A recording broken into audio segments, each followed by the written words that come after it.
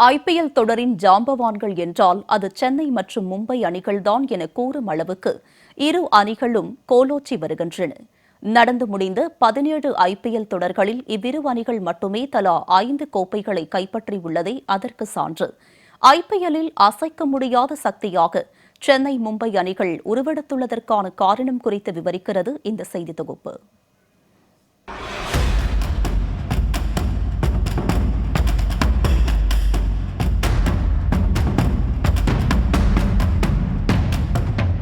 சர்வதேச கிரிக்கெட் போட்டியில் இந்தியா பாகிஸ்தான் எவ்வாறு திகழ்கிறதோ அதேபோல் ஐபிஎல் தொடரில் திகழும் அணிகள்தான் சென்னை மும்பை.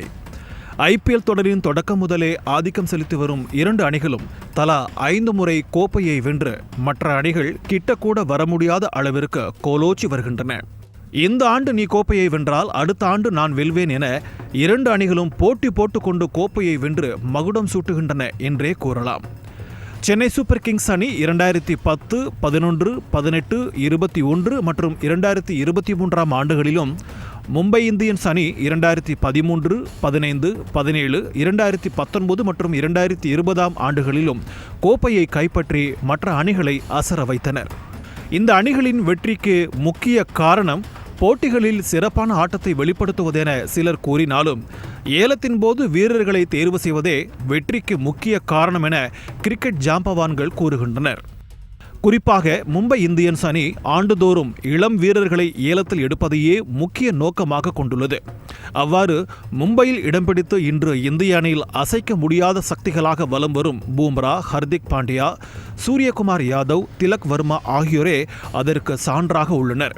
ரிக்கி பாண்டிங்கிற்கு பிறகு மும்பை அணியின் கேப்டன் பொறுப்பை ஏற்ற ரோஹித் சர்மா இளம் வீரர்களை கொண்டே 5 முறை கோப்பையை கைப்பற்றி அசர வைத்தார்.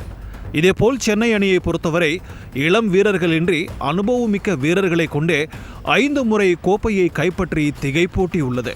ஒரு சில அணிகள் இளம் வீரர்களை மட்டுமே வைத்துக்கொண்டு ஒரு முறை கூட கோப்பையை கைப்பற்ற முடியாமல் திணறி வரும் நிலையில், ஓய்வு பெற்ற வீரர்களும் 35 வயதுக்கு மேல் உள்ள வீரர்களை வைத்துக்கொண்டும் 5 முறை சென்னை அணி கோப்பையை கைப்பற்றியதே அனைவரின் ஆச்சரியத்திற்கும் காரணம். இருப்பினும் சூதாட்டத்தால் 2 ஆண்டுகள் தடை செய்யப்பட்ட சென்னை அணி மீண்டும் ரீஎன்ட்ரி கொடுத்த ஆண்டே கோப்பையை கைப்பற்றி தங்களின் அசாத்தியமான திறமையை வெளிப்படுத்தியது. இந்த வெற்றிக்கு முக்கிய காரணம் தல தோனி வீரர்கள் மீது வைத்த நம்பிக்கையும் அவர்களின் திறமையை வெளிப்படுத்த தோனி மேற்கொண்ட முயற்சியுமே என பல வீரர்கள் கூறுகின்றனர். இவ்வாறு தொடர்ந்து ஆதிக்கம் செலுத்தி வரும் சென்னை மற்றும் மும்பை அணிகள் தங்களின் 6வது கோப்பை கனவை நிறைவேற்றும் நோக்கில் 18வது ஐபிஎல் சீசனில் களம் இறங்குகின்றன. இரு அணிகளின் கனவும் நனவாகுமா என்பதை வரும் நாட்களில் பொறுத்திருந்து பார்க்கலாம்.